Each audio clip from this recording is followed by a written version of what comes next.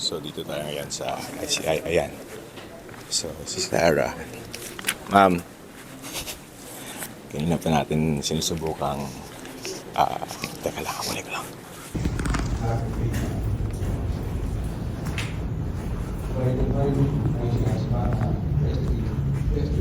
Morning, ma'am. How are you?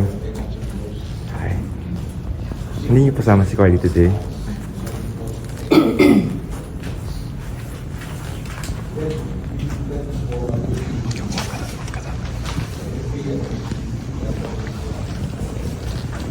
Ma'am, yung comment niyo sasabi nun.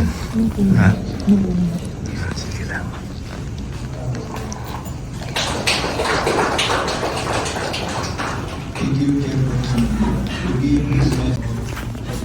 Ma'am, are you also willing to return mga properties? Like sale price? Sir, si Bryce, when he was here the first time, nagsoli agad ng GMC. Anong plano niya, sir?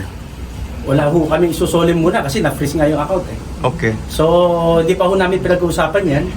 Siyempre, financially constrained sila ngayon. Ah, yeah? Pero wala ho, na-freeze mo yung mga bank accounts nila eh. So, lahat ba yun, sir? Lahat. Lahat na yun? Lahat ng bank accounts nila na-freeze. How about the real properties? Wala pa. Wala pa kaming wala pa kaming idea dyan.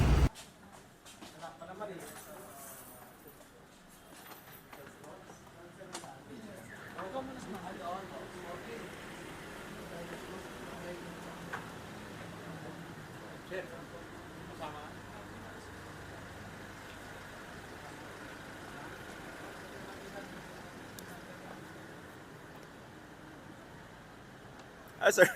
Sensya na.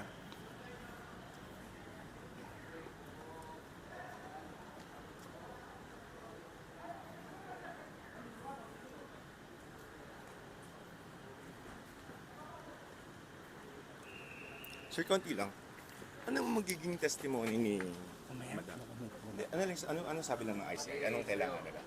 Wala pa yung mga documents. Okay, sir. Wait.